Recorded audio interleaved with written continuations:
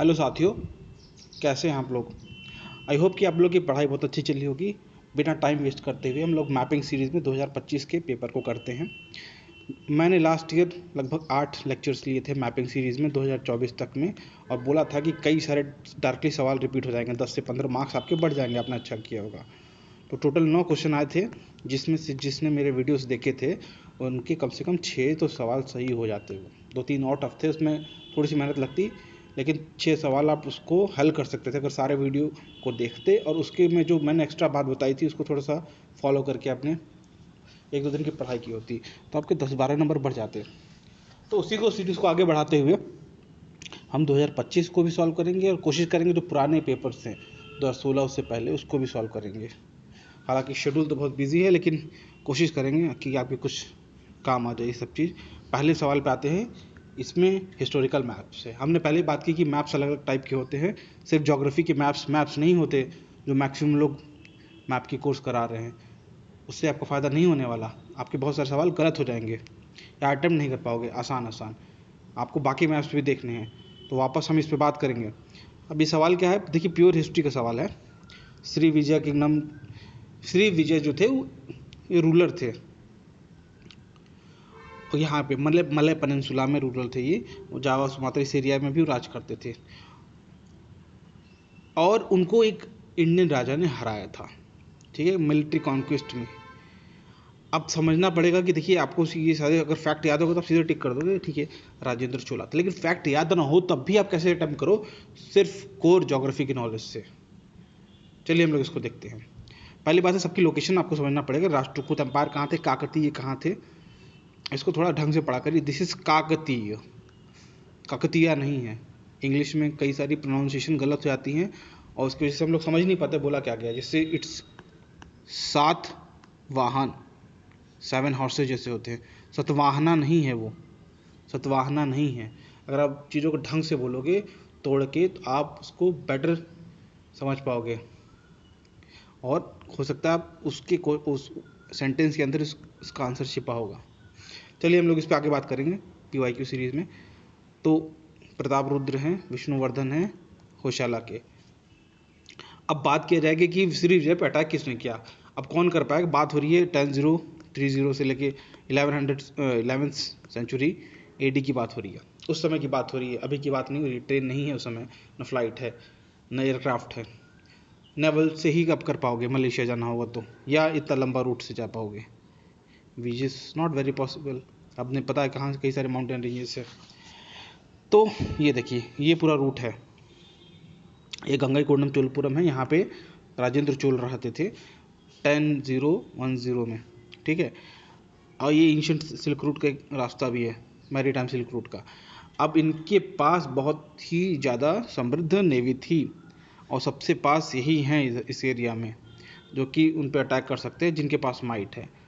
तो अगर आपको पता होगा कि चोला एम्पायर का वो स्ट्रांग था, तब आप ज़्यादा कर सकते हो। बट अगर नहीं भी पता हो तो अगर आपको गेस करना हो तो गेस करना हो, हाँ, लेकिन आपको ये पता हो कि कौन सी किंगडम कहाँ रहती थी, तो तब भी आप गेस करके आंसर ला सकते हो। कैसे, ये देखिए चोला का तो समझा दिया कि इनके लिए डायरेक्ट रूट है।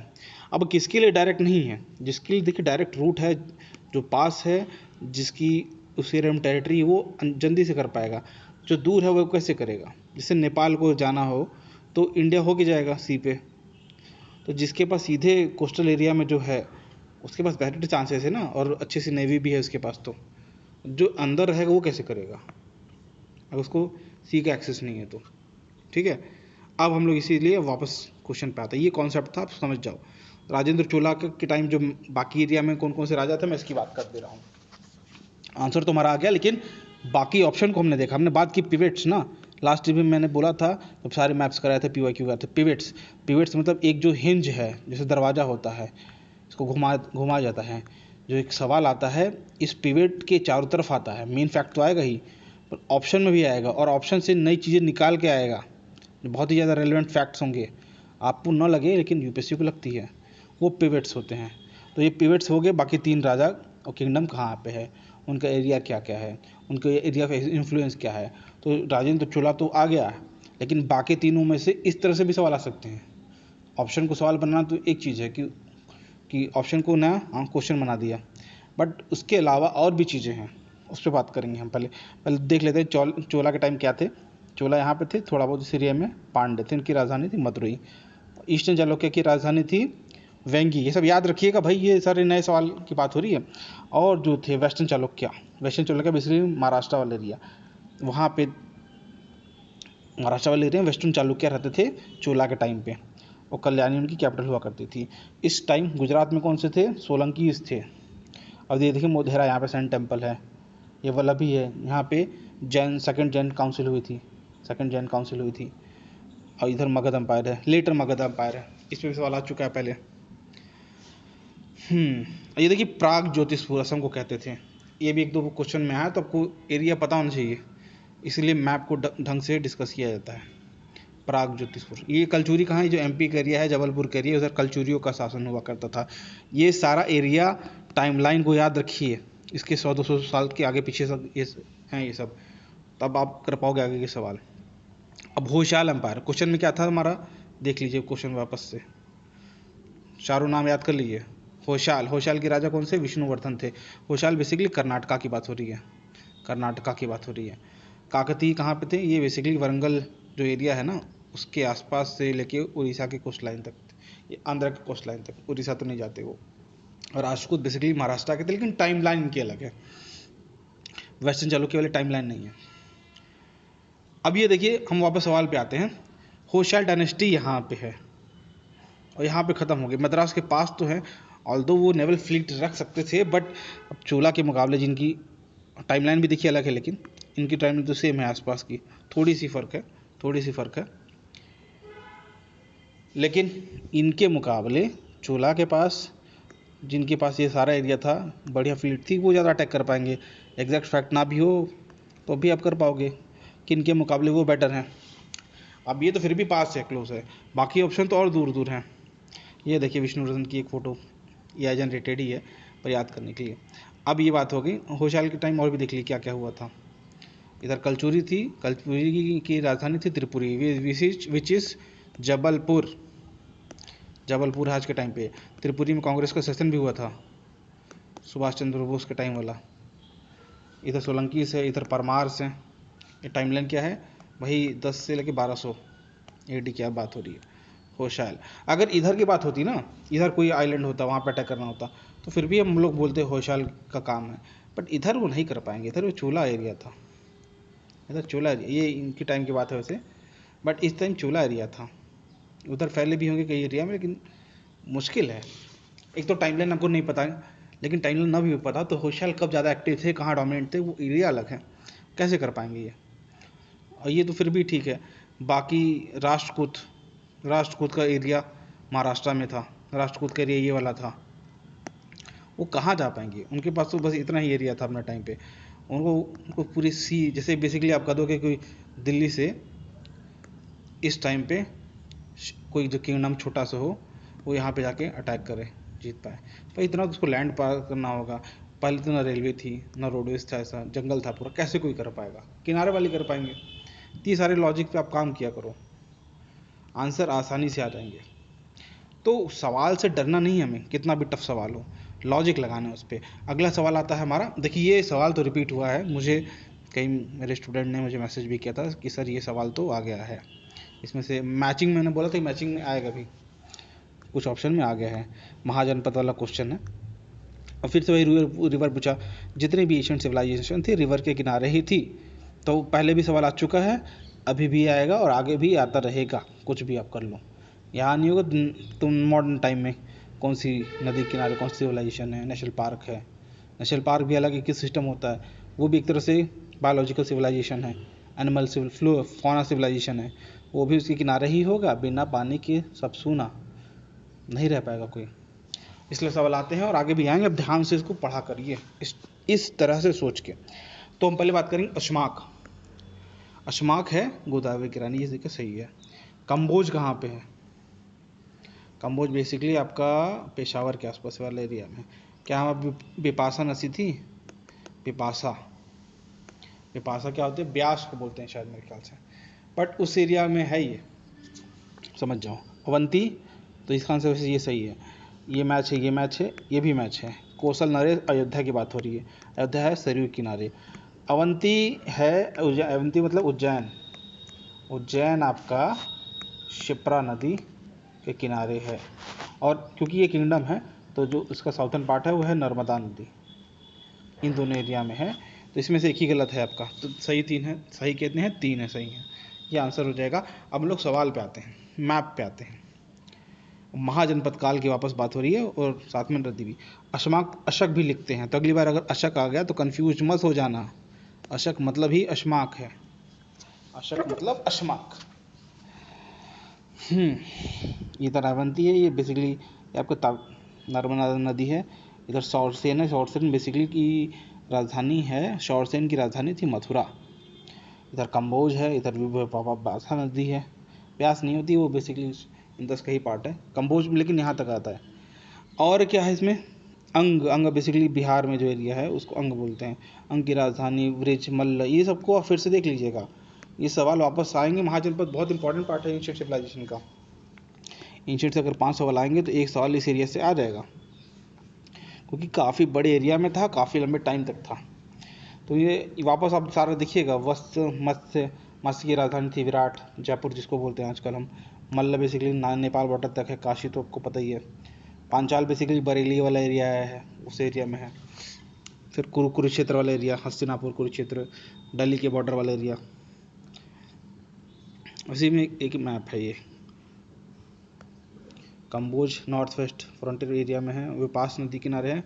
कौशल है सरयू, अवंती उज्जैन, और शिप्रा। शिप्रा थोड़ी ऊपर है, छोटी नदी है, बड़ी नदी में नर्मदा आती है। और अशमाक अशक है गोदावरी। इसके ऊपर है महानदी, लेकिन महानदी यहाँ से बहुत दूर है, उड़ीसा में। इसके ऊपर कृष्णा आती है, ये कृष्णा है, और ये है। तो बेसिकली ये गोदावरी से पास हो रही है, ऊपर थोड़ी कृष्णा है, महानदी तो और दूर है। अगला आता है जियो पॉलिटिकल मैप। ठीक है, मैंने कहा था कि सिर्फ जोग्राफी मैप नहीं होती, हिस्ट्री मैप होती है, जियो पॉलिटिक मैप होती है। ये बेसिकली आपका ऑर्गेनाइजेशन की बात कर लेंगे हम।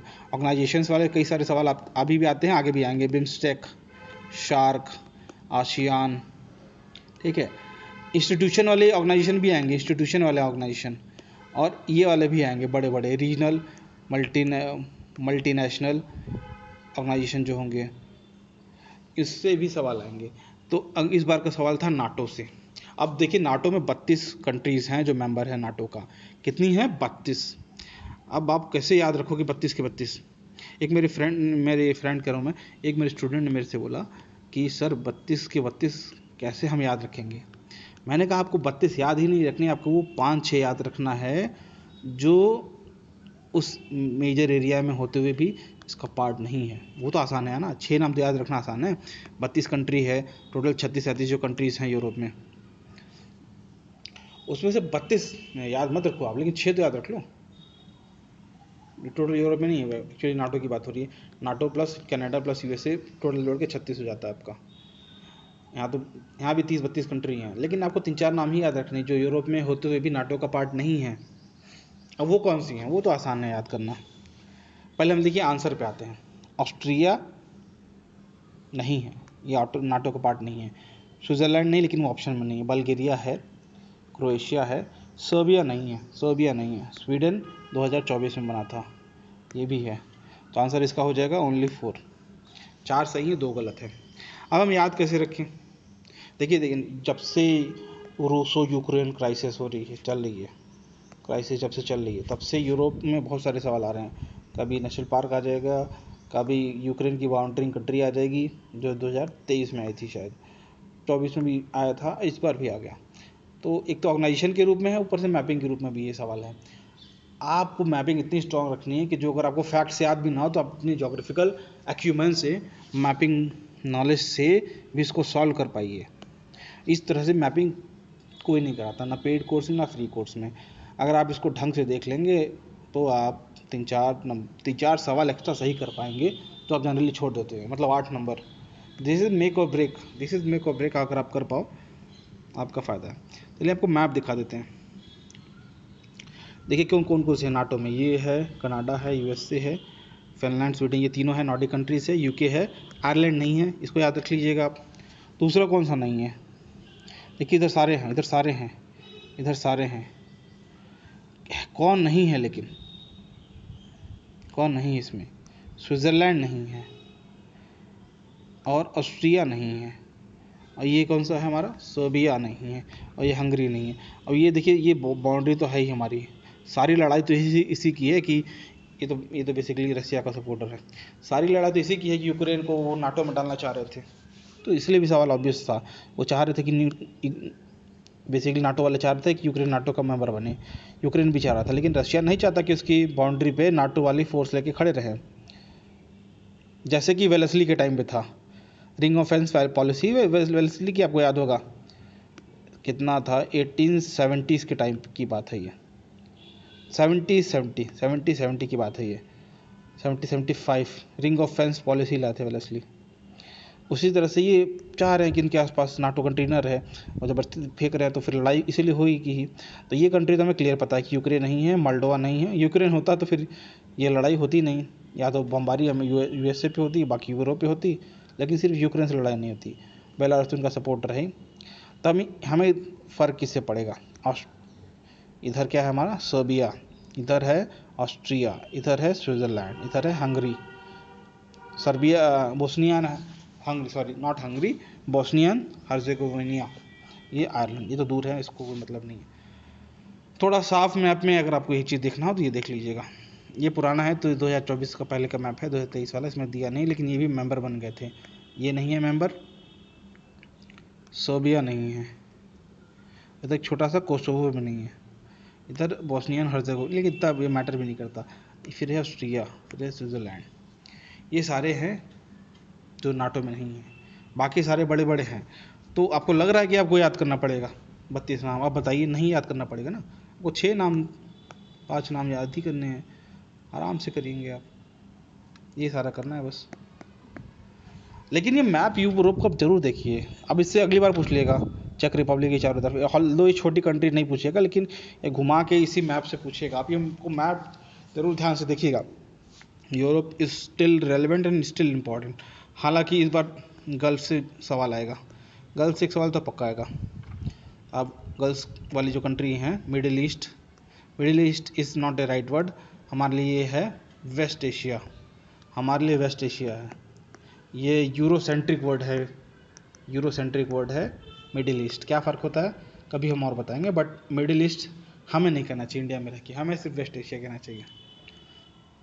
अगला है एंडीज एंड माउंट। ये सवाल 1995 से लेके ये 2010 तक खूब आते थे। फिर यूपीएससी का जो नया पैटर्न आया 2012-13 से, तो ये सब सवाल आना बंद हो गए। लेकिन यूपीएससी अब सवाल रिपीट कर रहा है पुराना, नए सवाल उनके पास ज़्यादा बचे नहीं, तो पुराना को रिफर्बिश करके आ रहा है। पहले से खूब सवाल आते थे, कौन कौन सी कंट्री किस किस माउंटेन रेंज से पास होती है, कौन कौन सी रिवर पास होती है, किस किस कंट्री को छूती है, कौन कौन सी रिवर के किनारे कैपिटल से, तो भी आ रहा है, पहले भी आ रहा था, लेकिन इससे सवाल पहले ज़्यादा आते थे। तो आपको ऐसे पढ़ना पड़ेगा। कोर मैपिंग भी है, जोग्राफिकल मैपिंग भी है, और इम्पॉर्टेंट तो है इसका। अब ये देखिए मैं कौन कौन सी इसका आंसर होगा हमारा। पहले तो ब्राज़ील नहीं होगा, दूसरा पैराग्वे नहीं होगा, बोलीविया है, कोलंबिया है, इक्वाडोर है, वेनेजुला एक्चुअली बॉर्डर पे है, नहीं माना जाता इसको। यूपीएससी क्या आंसर देती है, अभी तो आंसर आया नहीं, पर वेनेजुला नहीं है इसका पार्ट, थोड़ा प्लेन एरिया में है, तो ओनली 3 आंसर आएगा, ओनली 3 आंसर आएगा। एक दो जगह शायद यूपीएससी चेंज करते, लेकिन ओनली 3 ही आएगा। हम मैप के थ्रू देख लेते हैं फिलहाल। बेसिकली जहाँ पे ये ख़त्म होता है ना, जहाँ पे ख़त्म होता है ये एंडीज, उसके नीचे जो प्लेन एरिया आता है वहाँ पे वेनेजुला स्टार्ट होता है। तो वेनेजुला आंसर काट दोगे तो ओनली 3 ही आएगा, बी। बट मैप देखिए आप इसका जरूर से, इस मैप से और भी सवाल आएगा। कौन से सवाल आएगा? एक हमारा एरिया है रियो डी प्लाटा,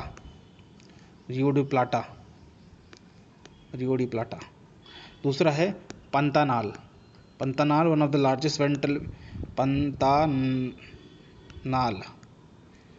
लार्जेस्ट वेटलैंड है। अब उस एरिया को देखिएगा क्या है, बहुत ही गजब की बायोडाइवर्सिटी है। और एक और एरिया है यहाँ पे बायोडाइवर्सिटी, माटो ग्रासो के बारे में पढ़ लीजिएगा आप, इम्पॉर्टेंट है ये सारा चीज़। और इम्पॉर्टेंट क्या है, पहले हम लोग मेन सवाल पे आते हैं, इसलिए फिर बाकी समझाएंगे। एंडीज हमारे यहाँ से स्टार्ट होता है, ये रहा पैटागोनिया, कोल्ड डेजर्ट है ये, एंडीज यहाँ से स्टार्ट होता है, ये अर्जेंटीना है, ये चिले है हमारा, और होते होते होते होते यहाँ पे आता है, ये देखिए पैराग्वे है।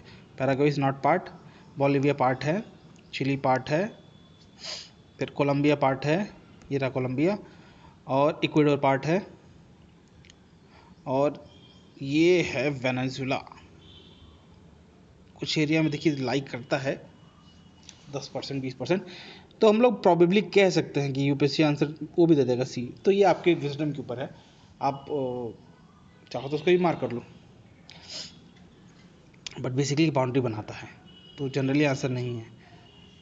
बट ये ऐसे केस में यूपीएससी थोड़ा सा खेल जाती है, बट ये आंसर नहीं है वैसे, वेनेजुला पार्ट नहीं उसका, ऐसा बोला जाता है। फिर ठीक है, अब बात करते हैं हम लोग, एक और मैप आएगा इसमें, हम इसमें थोड़ा क्लियर है आपका। ये रहा वेनेजुला एरिया, ये पार्ट नहीं है इसका, कोलंबिया है, इक्वेडर है, पेरू है, पेरू कैपिटल क्या है, लीमा है, और है हमारा चिली है, अर्जेंटीना है। तो इसमें तो आपको क्लियर हो गया होगा ना। और ये देखिए वर्ल्ड हेरिटेज साइट है माचू पिच्चू, कहाँ पे है, पेरू में है। यानाकोचा गोल्ड माइन बहुत फेमस गोल्ड माइन है, ये भी पेरू और इक्वेटर बॉर्डर पे, बेसिकली पेरू में है।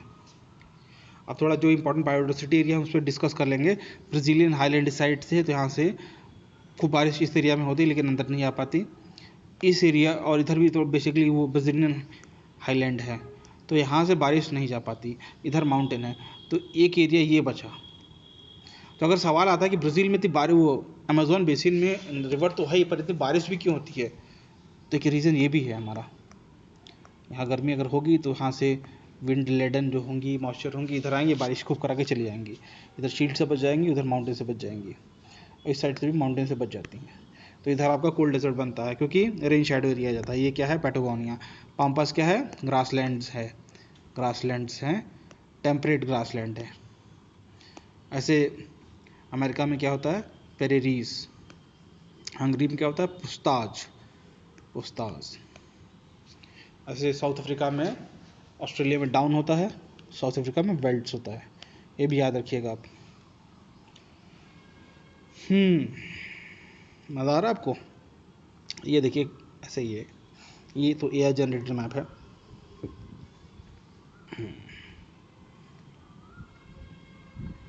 अगला है वाटर बॉडीज। अब एक और मुझसे कुछ दोस्तों ने कहा था कि भाई ये सवाल बहुत टफ है, कैसे किया जाए, टाइम कितने याद रखे जाएंगे। तो बात सही है कि कितने याद रखोगे, बट पीवाईक्यू तो याद रखोगे ना, कि वो नहीं करोगे आप। पीवाईक्यूज़ में क्या पहले सवाल नहीं आए हैं, इक्वेटर किस किस कंट्री से पास करता है, ट्रॉपिक ऑफ कैंसर से कौन कौन सी सिटीज़ पास करती हैं, कैपिटल सिटी इंडिया की, ये भी है ना। कौन सी रिवर ट्रॉपिक ऑफ कैंसर को 2 बार काटती है, इंडिया में माही है। कौन सी रिवर कैप्रिकॉन को 2 बार काटती है, कैप्रिकॉन को कौन सी रिवर 2 बार काटती है, वो है अफ्रीका में लिम्पोपो, ये भी सवाल आया है। और कौन कौन सी कंट्री से पास करता है इक्वेटर, ये भी सवाल आया है। तो रिवर, कौन कौन सी रिवर पास करती है इक्वेटर से, 2 बार काटती है, कांगो 2 बार काटती है, डीआरसी में है, ज़ायरे जिसको पहले बोलते थे, कांगो रिवर। ये सारे सवाल आए हुए हैं भाई। तो ये भी वाटर बॉडी से बहुत इंपॉर्टेंट चीज़ है, वो आई थी। सो इक्वेटर पे कौन सी वाटर बॉडी है, पहले हम लोग बात कर लेते हैं। एक है लेक एल्बर्ट, दूसरी है लेक विक्टोरिया। याद रखिएगा ये सब भाई, सब बहुत ही रेलेवेंट चीज़ें हैं। अब हम लोग मेन सवाल पे आ जाते हैं। ये सवाल के बारे में बताने से पहले मैंने ये सब चीज़ पे इसलिए डिस्कस किया क्योंकि वैसे बहुत टफ सवाल था। अगर आपने इस तरह से कभी प्रिपेयर नहीं किया, आपको इस तरह से प्रिपेयर करना है। पारा फैक्ट तो मैंने बता दिया आपको जो आए हुए हैं। सवाल क्या है, through how many of them does equator pass. Answer है इसका नन। तंगिका नहीं होता है, तन्निका से 2 होते हैं, मैंने बता दिया। तोनले सैप नहीं होता है, पातोस नहीं होता। पातोस स्पेनिश वर्ड है, ये कहाँ पे है, साउथ अमेरिका में है। तोनले अलग जगह पे है, एशिया साइड में है शायद, और ये तो अफ्रीका में है। तो अलग अलग कॉन्टिनेंट से पूछ रहे हैं भाई, ये इनकी रेंज देखो आप। तो वापस आप याद कर लो कौन किस किस कंट्री से इक्वेटर पास होता है। पहले से सवाल आते थे, लोग करते थे, ईसीएस में लोग करते हैं, यूपीएससी में नहीं करते, फिर धोखा खा जाते। 3 कंट्री कौन कौन सी है, साउथ अफ्रीका की इक्वेडोर है, कोलंबिया है, ब्राज़ील है। और अफ्रीका में कौन सी है? साओतोम है, गैबन है, कॉन्गो है, डीआरसी है, युगांडा है, केनिया है, सोमालिया है। यहाँ पे आपका लेक विक्टोरिया है। तंगिका इसके नीचे स्टार्ट होता है। वाटर बॉडी से देखो, पातोस लेगून यहाँ पे है, लोकेशन देख लो इसकी, और तंगिका का लेक उसके जस्ट नीचे है। और तोनले सैप कहाँ पे है आपका? बेसिकली ये इंडोनेशिया में है। ये भी देख लीजिएगा जो मैंने अभी डिस्कस किया था, कॉन्गो रिवर इसको 2 बार काटती है। इंपॉर्टेंट सवाल है। ये तंगिका लेक है, ये लेक विक्टोरिया, ये वाइट नाइल है, ये कहाँ से निकलती है? इथोपिया से। ये ब्लू नाइल है, दोनों मिलके यहाँ पे एक डैम बन रहा है जिसका नाम है ग्रैंड रेनोसॉ। इस पर सवाल आ सकता है, बहुत बड़ा डैम है, बहुत ज़्यादा कॉन्फ्लिक्ट हो रहा है इसकी वजह से इजिप्ट में और इथोपिया में। कालाहारी डेजर्ट कहाँ पे है? बोट्सवाना कहाँ पे है? बोट्सवाना बहुत इंपॉर्टेंट है, ब्लड डायमंड मूवी में दिया था। आगे सवाल भी उस पर, ब्लड डायमंड वाले पे मैंने बात की थी पिछले मैपिंग सीरीज़ में, सवाल आ गया इस बार, देखिए आप। और एक और पे बात की थी मैंने, कोबाल्ट कहाँ से निकलता है? डीआरसी से, उस पर भी सवाल आ गया, वापस आ गया, घुमा के आ गया। आप ढंग से करिए इसको। अगला है अनादयार इन साइबेरिया। ये भी देखिए पीवाईक्यूज रिपीटेड है, मैपिंग वाले में सीरीज़ में मैंने बात की थी, ये भी सवाल रिपीट हुए हैं इस बार और फिर से होंगे। आप सारा वापस फिर से देख लो, उस पर एनालाइज करो, उस पर काम करो ढंग से। देखो बेसिकली अनादयार आपको नहीं पता, साइबेरिया पता है रशिया में है, और नोम कहाँ पे ये आपको पता है। तो इसके बीच में बहुत ज़्यादा इंपॉर्टेंट जो कॉन्सेप्ट होगा हमारा, इंटरनेशनल डेट लाइन की बात हो रही है। इंटरनेशनल डेट लाइन की बात हो रही है। कहाँ से होता है? ग्रीनविच से स्टार्ट होता है लंदन में, तो वहाँ से टाइम ज़ीरो होता है। जैसे क्रिकेट मैच होता है लंदन में, तो अगर वहाँ 12 बजे हैं तो यहाँ पे 5:30 बजते हैं। क्रिकेट टाइम पे अक्सर वो हमें समझ में आता था बचपन में। अब तो बड़े हो गए, बहुत सारी चीज़ नॉलेज हो गई, लेकिन जब नॉलेज नहीं थी तो ऐसे रिलेट कर पाते थे। तो ये पूछा क्या है? अब पूछने से पहले हमको समझना पड़ेगा लोकेशन क्या क्या है और काम कैसे करता है। तो ये तो सवाल बिना, ये देखो यहाँ पे नोम है, यहाँ पे आपका अनादयार है, ये है बेरिंग स्ट्रेट, एक चुकची सी है। अब सब चीज़ साथ ब्यूफोर्ट थी कहाँ पे, याद रखिएगा, आप देख लीजिएगा। इसको आपको बर्ड्स आई व्यू से सब चीज़ देखना है आसपास चारों तरफ, क्योंकि यही जो आंखों के सामने चीज़ है वही नया सवाल होते हैं। अब ये देखिए, एक बड़ी इंपॉर्टेंट चीज़ मैं बता रहा हूँ। ये ग्रीनविच है जहाँ से स्टैंडर्ड टाइम लिया गया है। यहाँ पे मतलब 12 बज रहा है तो इंडिया बजते 5:30।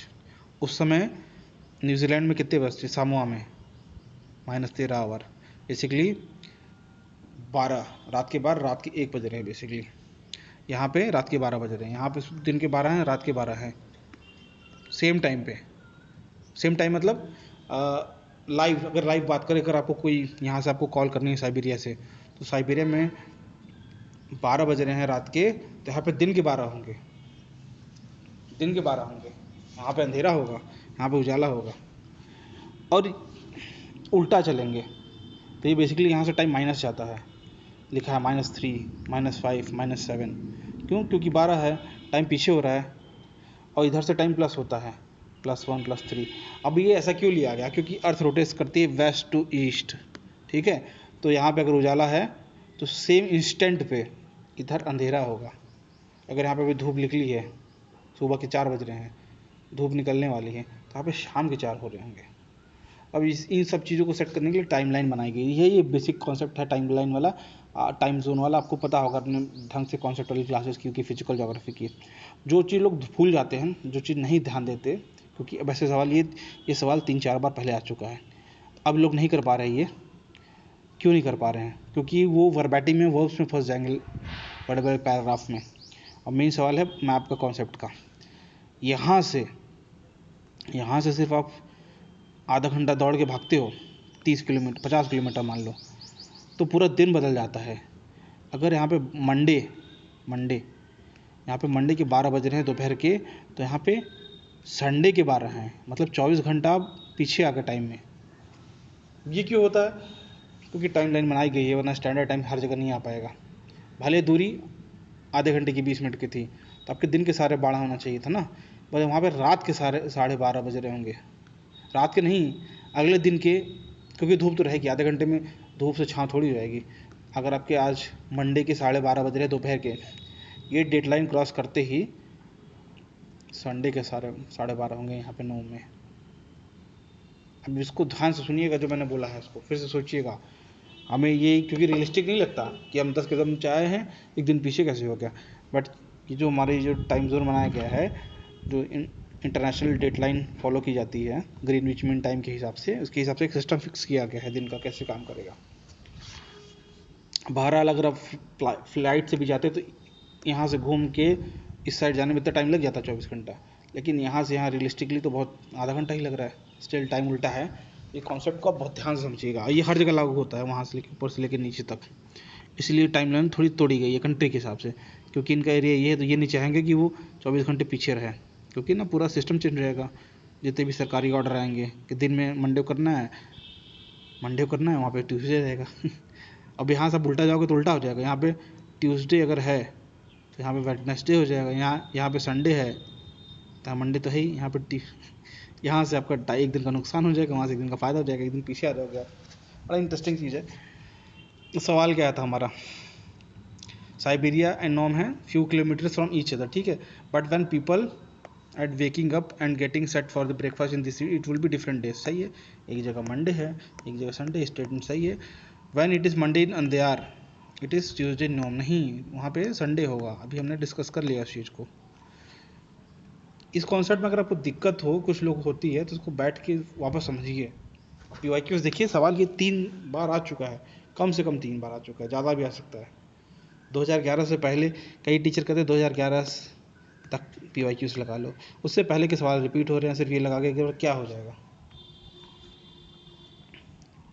ये सवाल देखिए, ये भी रिपीटेड है, मतलब कुछ ऑप्शन रिपीटेड है, ये और ये, और मैंने बताया था, मैंने बात की थी, इसीलिए मैं पिवट्स की बात करता हूँ। इस एरिया से अगर सवाल आ चुके हैं, सेम ऑप्शन से नहीं आएगा लेकिन सेम एरिया से आ जाएगा।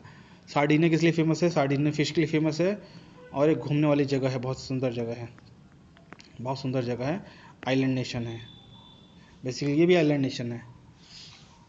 देख रहे हो विनोद, यूपीएससी कैसे थीम रिपीट कर रहे हैं, पिवट्स घुमा घुमा के, बेसिकली ये चक्की जो है पिवट्स की, इसको घुमा रहे हैं।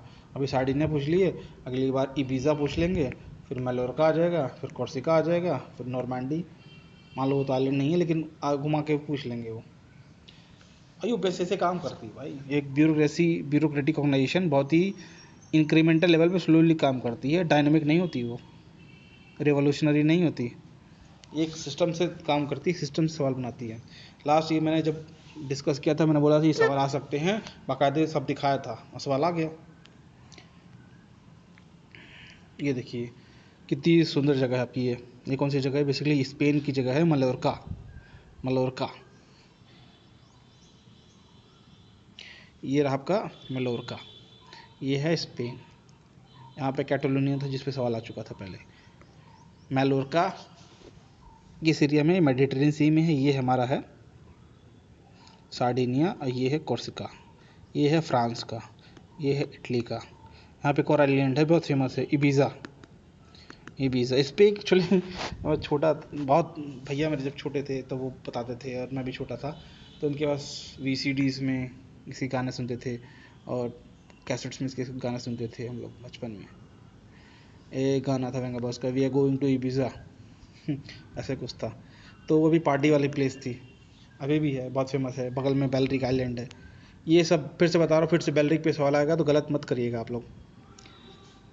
ये देखिए बेलरिक आइलैंड है, ये हमारा जो फेमस पार्टी वाला आइलैंड है इबीज़ा है, ये आपका है मैलोरका, मेजोरका भी बोलते हैं इसको, मेजोरका मतलब मेजर आइलैंड, माइनोरका मतलब माइनर आइलैंड, स्पेनिश नाम है सारा। बेलरिक सी है, जिब्राल्टर इस एरिया में मैंने इंटरेस्ट बनाने के लिए डाल दिया वेंगा बॉस का सवाल। अब ये गाना है we are going to Ibiza देखिए सुनिएगा, टाइम मिले तो सुनिएगा। ये हमारा कोर्सिका के बारे में कुछ किसी मूवी में था ना, what happens in Corsica stage in Corsica, जो कि कॉपी था what happens in LA stage in LA. हाँ तो ये ठीक है, ये फ्रांस के है, ये है सार्डिनिया स्पेन का, सॉरी इटली का। ये है सिसली, जो मूवी गॉडफादर में थे वो लोग सिसली से यहाँ पे माइग्रेट हुए थे। सिसिलियन फिश, सिसिलियन माफियाज थे सब। अगला है नॉर्मैंडी। ये देखिए कोर्सिका है, ये है आपका नॉर्मैंडी। बहुत ही हिस्टोरिकल जगह है। वर्ल्ड वॉर सेकेंड के टाइम पे इस पे डंकर्क मूवी बनी है आपकी, मतलब इसी बीच के आसपास जो वॉर हुआ था, डंकर्क। क्रिस्टोफर नोलन की मूवी थी ये। अगला हमारा है रिसर्च। ये देखिए उस समय जो कोबाल्ट वाला सवाल था आया था लास्ट टाइम, ये भी एक पोवेट से है कि जो बड़े मेजर मिनरल्स है, बड़े मेजर मिनरल्स मतलब क्या, सिल्वर, गोल्ड, डायमंड, आयरन, कोल, गैस, और क्योंकि ईवी का ज़माना है तो निकल, निकल आ जाएगा, कई बार कैडमियम आ सकता है, लिथियम आएगा। ये बड़े बड़े मिनरल्स हैं जिस पे सवाल आते हैं। यूरेनियम, या इंडिया का में आजकल क्योंकि मिलता है थोरियम। इन सारे मिनरल्स पे सवाल अक्सर आते हैं अगर वर्ल्ड मिनरल रिसोर्स की बात की जाएगी। इंडियन मिनरल रिसोर्सेज में और भी अगर कोई इंपॉर्टेंट है तो उस पर भी सवाल आ जाएंगे। तो बोट्सवाना देखिए डायमंड के लिए फेमस है। मैंने लास्ट वाले में वीडियो में बताया था PYQs में, ब्लड डायमंड जो मूवी थी उसमें भी दिया गया था। वो ये it is not the largest producer but one of the largest producer of diamond. Russia first है, उसके बाद आएगा। चिली किसके लिए फेमस है? चिली देखिए कॉपर के लिए फेमस है। लिथियम भी काफ़ी ठीक ठाक क्वांटिटी मिलता है ये। और इंडोनेशिया लार्जेस्ट प्रोड्यूसर ऑफ निकल। आंसर इसका ऑल 3 होना चाहिए, ऑल 3 होना चाहिए। अब हम लोग दो मेजर मिनरल्स की बात कर लेते हैं। ये बहुत इंपॉर्टेंट चार्ट है भाई, इससे एक साल भी सवाल आ सकता है। कॉपर का लार्जेस्ट क्या कौन सा है? चिली है, दूसरा है चाइना, तीसरा है पेरू। तीनों नाम 3 हैं, 3 कंट्री के नाम तो याद रखिए। निकल के लिए सबसे बड़ा देखिए इंडोनेशिया, उसके बाद रशिया, तीसरा क्या है फिलीपींस। फिलीपींस निकल के लिए इंटरेस्टिंगली छोटा सा देश होते हुए है। कोबाल्ट में देखिए कितना बड़ा कोबाल्ट में DRC है, इसलिए सवाल आया था। वो बेसिकली मैंने बताया था ना आईफोन वाला क्वेश्चन आपको, आईफोन में कोबाल्ट लगता है। आईफोन बोलती है बहुत अच्छी कंपनी है, लेकिन कोबाल्ट निकालने के लिए छोटे छोटे बच्चों को यूज़ कर रहे हैं। कई सारे वीडियोस पड़ी है इसकी, कैसे लोग मर मर के झगड़ा करके एक दूसरे को मार के कोबाल्ट एक्सट्रैक्शन में लगे हुए हैं। ग्रेफाइट, ग्रेफाइट बहुत इंपॉर्टेंट है, सवाल आ सकता है। कहाँ पे है? China, China, China, maximum China, रट लो। लिथियम, लिथियम देखिए 2 बड़ी कंट्री है, एक है ऑस्ट्रेलिया, ऑस्ट्रेलिया ऑप्शन नहीं था, सेकंड है लिथियम का ये चिली, तीसरा चाइना है। 3 ही है, इंपॉर्टेंट है भाई, इसको देखिएगा आप। फोटो में ऑस्ट्रेलिया 40% है लिथियम, चाइना 18, चिली 24। ये 3 कंट्री इंपॉर्टेंट है लिथियम में। निकल देखिए इंडोनेशिया, दूसरा फिलीपींस। एरिया यही है आपका।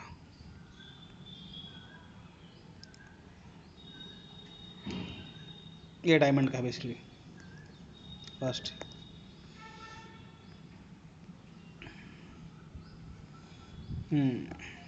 चलिए दिया है, आप देख लीजिएगा सारा चीज़ लगभग इसमें। मैप से एक फ़ायदा ये होगा कि आपकी आंखों के सामने हर चीज़ आ गई है। तो कई बार अगर सुनने में भूल गए हो, पढ़ नहीं पा रहे हो वर्ड्स को, फोटो तो आपको याद रहेगी ना। आज का ये आखिरी सवाल है 4 टाइम्स 1। ये देखिए थोड़ा टफ सवाल है, जिसे मैंने कहा कि आप PIQs किए होते कर लेते, लेकिन ये शायद सवाल ये इसको अटेम्प्ट करना थोड़ा सा टफ पड़ जाता। थोड़ा सा टफ इसलिए पड़ जाता क्योंकि हम लोग प्रैक्टिकली सोचते नहीं हैं। स्टिल अगर आपको दिमाग लगा के इसको सॉल्व करना हो तो कैसे आंसर होगा? देखिए पहले तो इसका आंसर है ब्राज़ील काट दो, सारे हैं, ओनली 4। अब लाएँ कैसे जाए? देखिए आप लेकिन एक तुक्का लगा सकते हो, क्योंकि ये बहुत बड़ी कंट्री थी जो हर जगह वॉर करती थी, कॉलोनी बनाती थी। जैसे डियो गार्सिया में भी है, यहाँ पे आपको फाल्कलैंड में है, अफ्रीका के पास है, मेनलैंड यूरोप के पास है। मेनलैंड यूरोप के पास जो पोर्चुगल और के पास आइलैंड है वहाँ है। ऐसे बहुत जगह इनके पास आइलैंड है। तो अलग अलग आइलैंड है तो अलग अलग टाइम होगा, क्योंकि अलग अलग एरिया में है वर्ल्ड के। तो आप ये तुक्का लगा सकते हैं यूके होगा। अब डेनमार्क हमें लगेगा छोटा सा कंट्री है, लेकिन डेनमार्क लोग भी उपनिवेशवाद वाले थे बहुत ज़्यादा। ये लोग डनिश ने पढ़ा ना मॉडर्न इंडिया में, डनिश लोग कहाँ तक आ गए थे आपका, इंडोनेशिया तक। तो ये भी बहुत ज़्यादा इन लोगों ने कॉलोनाइज़ किया था।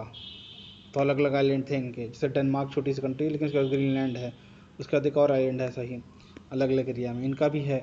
हालांकि ये तुक्का लगाना कठिन होता। न्यूजीलैंड के आसपास ओशियाना है, ये लोग छोटे छोटे आइलैंड को कब्जा कर लेते हैं अलग अलग एरिया में, जिसमें अलग अलग टाइमलाइन है। तो ये भी था, लेकिन ये नॉलेज आपको पता होगा तभी होगा। ओशियाना के आसपास वाले में छोटा छोटा कंट्री है, छोटा छोटा आइलैंड है, वहाँ पे झंडा काट दिया, 2 लोग को ऑफिसर को लग दिया, एक आम आदमी को रख दिया वहाँ पे, मछली पकड़ रहा है जो, बना दिया कंट्री, बना दिया डिपेंडेंसी ऑफ न्यूजीलैंड। ऑस्ट्रेलिया का भी सेम है। डेनमार्क नहीं टिक कर पाते, लेकिन आप इतने आसपास आ सकते थे। पर हम लोग देखते हैं फिलहाल, कुछ नया सीख लीजिए आप। अब ये देखिए, अब यहाँ पे ये कौन सा एरिया है आप समझ रहे हो? पैसिफिक ओशन है, जो लाइन थी हमारी वो वाली थी, उसके बाद एरिया है। कितने छोटे छोटे एरिया हैं, किस किस का है?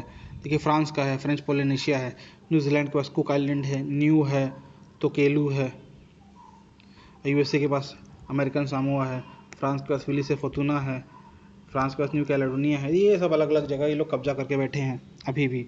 ओशियाना में कोई माई बाप तो है नहीं, तो ऐसे चलता है। ये देखिए कितना दूर है, ये न्यूजीलैंड यहाँ पे है। ये इंटरनेशनल डेट लाइन है जो हम लोग डिस्कस किए हैं अभी फ़िलहाल। अब यहाँ तो इनका टाइम लाइन है ही 2, फिर यहाँ पे भी आ गया, कुक आइलैंड पे आ गया, तो किलो पे आ गया, 1-2 ऐसे और छोटे मोटे हैं।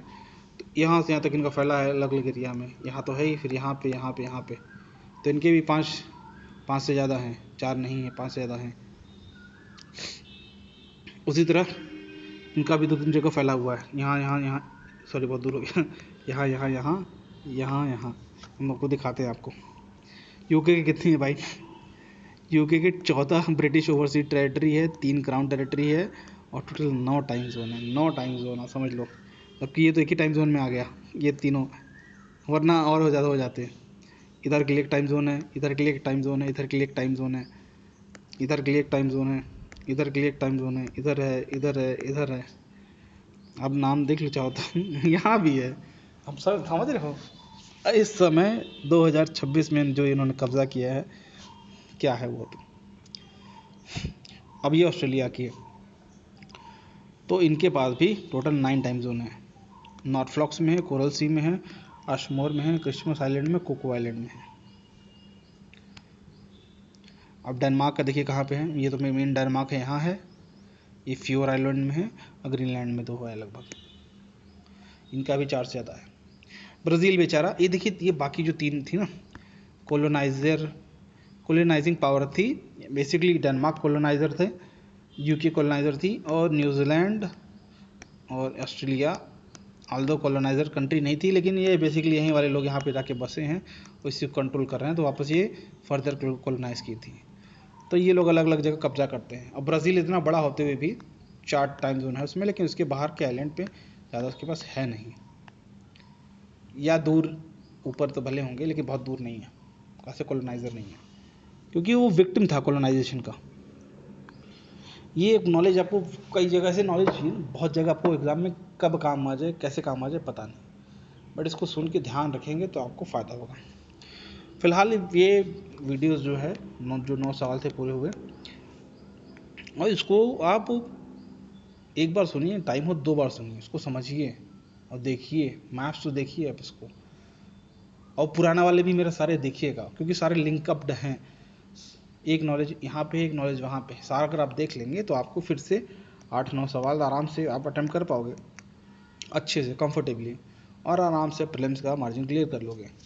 ठीक है, पढ़ाई करते रहिए, मेहनत करते रहिए। आज के लिए इतना ही, बाय बाय।